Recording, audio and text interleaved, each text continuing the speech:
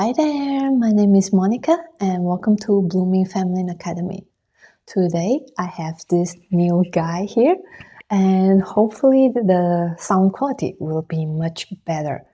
And today I'd like to share with you guys the concept that I use as the foundation of my work. And it is the masculine and feminine energies within us. So this concept is actually not new because Carl Jung actually talked about it. He talked about the inner anima, which is our inner feminine, and the inner animus, which is our inner masculine. So our inner masculine is about the part of us that is like the doing part, the make things happen, strategize, to protect. And while the feminine part is about connecting to our feelings, being receptive to the outside world, having more presence in our body, and understanding how we feel, what is going on in our inner world, as well as what we really desire.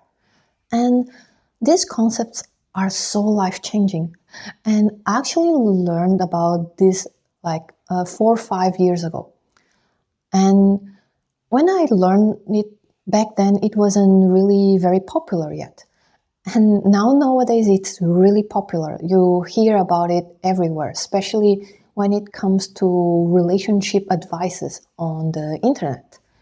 And to me, it was life-changing because it actually taught a lot about how my inner world works and why nowadays so many women, including myself in the past, have been through this chronic burnout and not feeling fulfilled in life and in our relationships.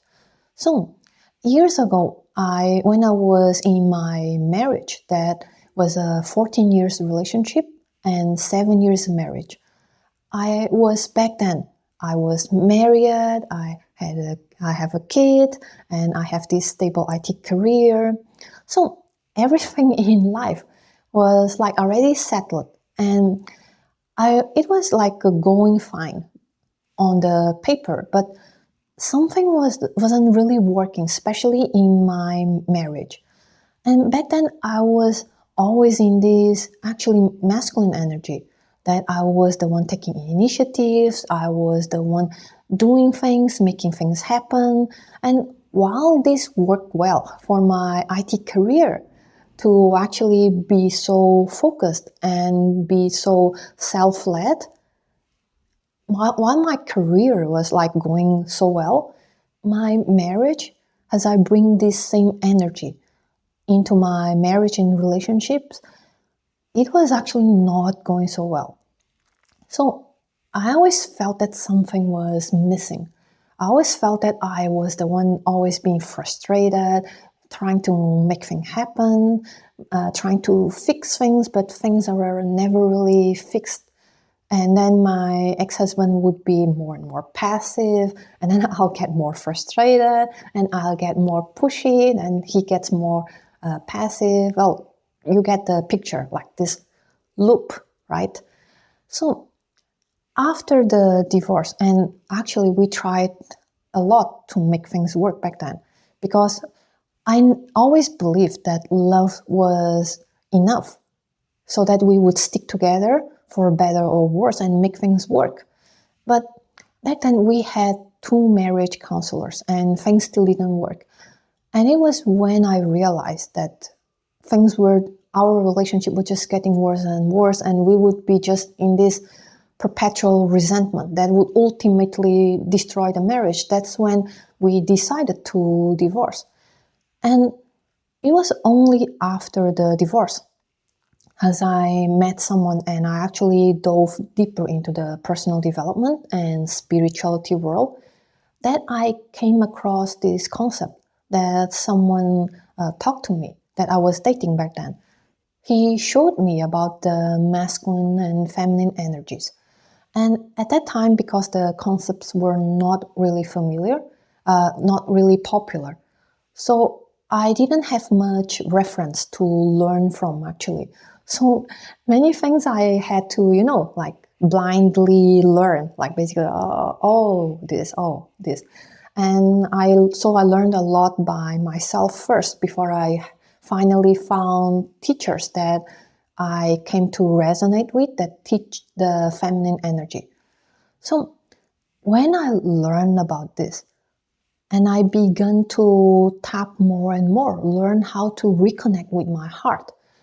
And I realized a lot because I realized that I was always on this survival mode because you see, many women, why are they so like in this masculine mode of like taking control of everything to make things happen?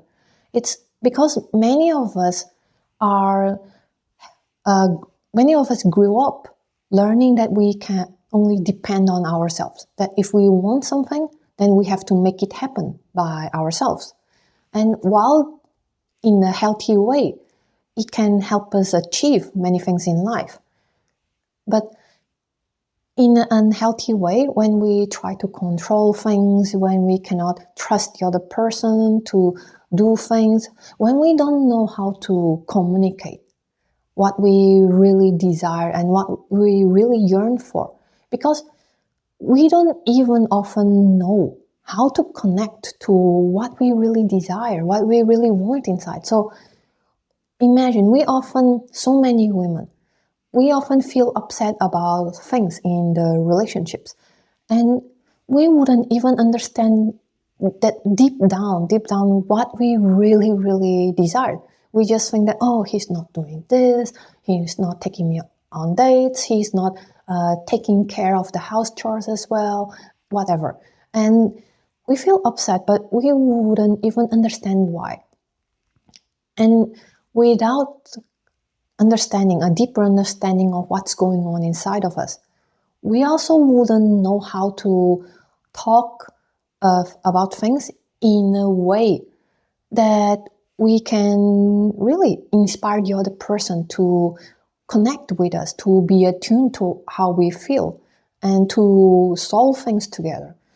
So what happens is that many women, including myself, would bring this masculine energy, like, let's fix things, let's do this, you're not doing this, and you need to do this, this, this. And of course, this wouldn't really work well. Like, if someone comes at me with all this energy, I wouldn't also like it, right? So when I began to learn, when I began this feminine journey to reconnect with my heart, with what's really there, because that's what the feminine inner journey is about, the inner work for the feminine is about. It's not really about, what we hear so much nowadays on social media. Oh, about being this diva, or like this woman that is high class, high value, or like dress well, makeup, etc. Or this siren that is seductive, the black cat, and this queen, etc., etc. No, it's actually about reconnecting with our inner essence, which by itself actually has lots of colors, like our inner world. When I reconnected with it, so many parts of myself that I actually repressed or ignored out of thinking that maybe these parts are not good. Maybe I need to be this good girl. Maybe I need to be a woman like this or that. And that's why I disconnected from these parts. So when I reconnected to these parts and finally have a better understanding of how I feel, then when I started to understand the differences between men and women and what we as women really need, because we are very different from men. Like, men has this 24-hour daily cycle that they operate with, their biology. We women have this 28 days biology, like we have this 28-day cycle that we operate, so our energy fluctuates. What we need differs in during our cycle. And if we are more outward, more inward, it also differs.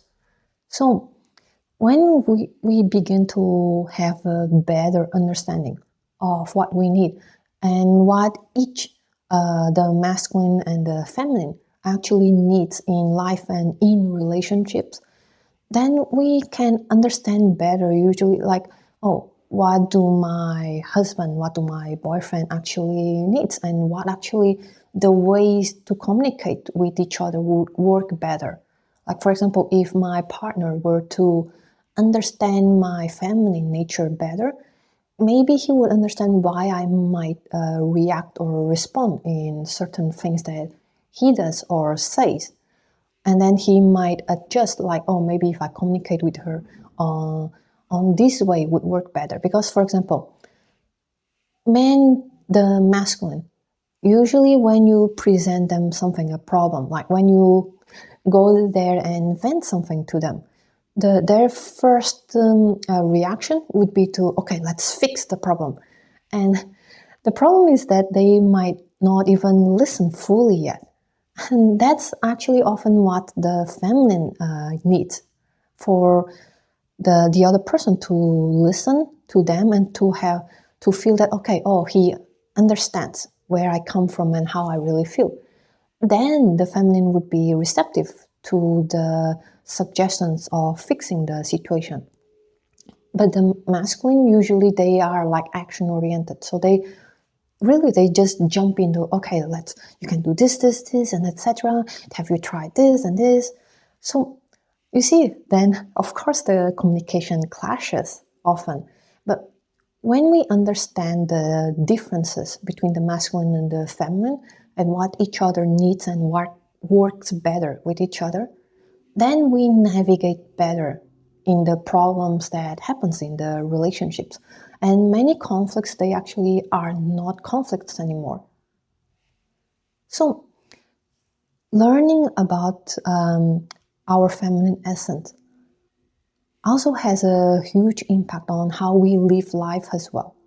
For example, I learned that when I try too hard to take initiative, to make things happen, to control things, then I actually had ignored, like had not seen the power of the other side of how I can actually do in a situation to actually improve situations. Like, for example, so many situations that instead of me trying to be on top of it all the time, like making things happen and forcing things, etc., I could instead to just be more laid back and let things unfold, be more on my receptivity instead of like wanting to control the things. Like when I learned to have more confidence in being more laid back, because we often try to control situations because we feel a certain insecurity or like lacking confidence and trust that things will go well without our interference.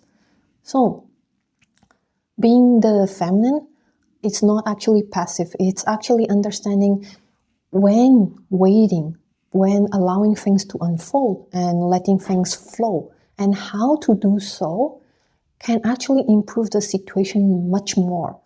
And see, let's say, job searching. Like so many of us learn that it's about, sending the CVs, like CV here, CV there, and like, oh, the job opportunities shooting everywhere.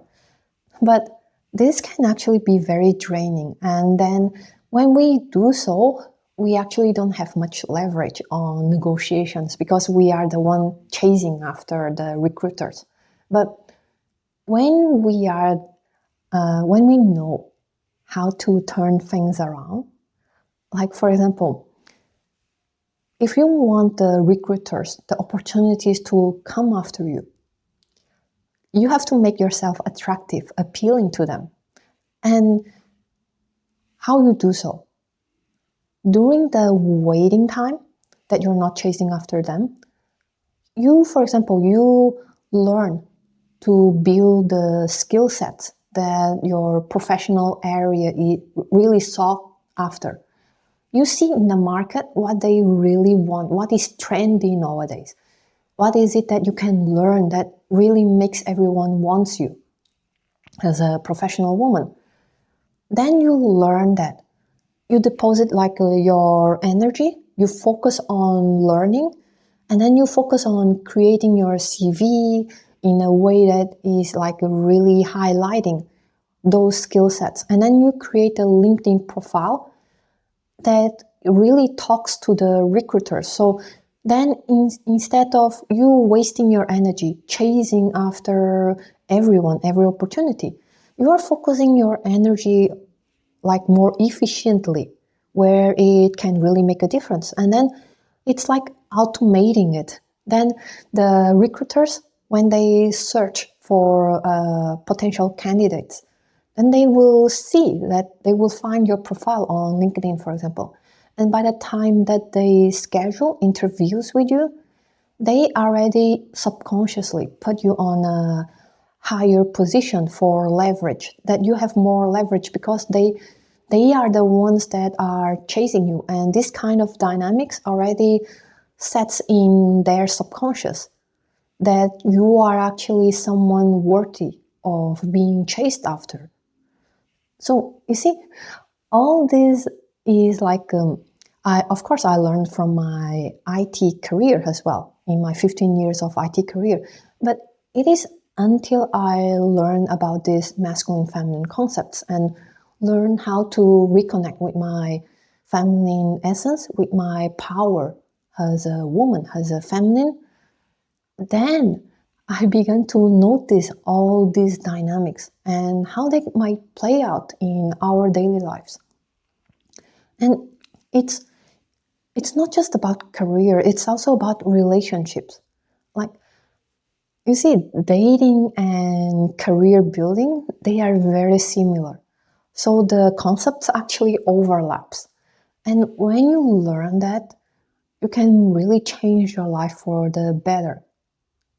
So if you like this content, stay in tune for more because I will be sharing more of this kind of contents because I want to support women who are really strong and self-led, that they really want to change their lives and take the leadership to do so.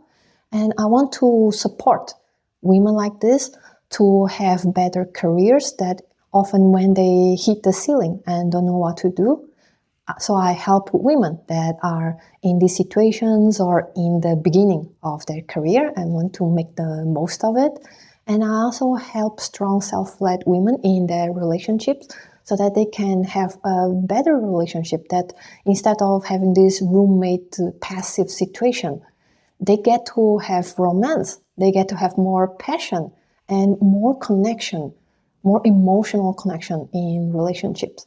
So welcome, and my name is Monica, and yeah, stay tuned for more content.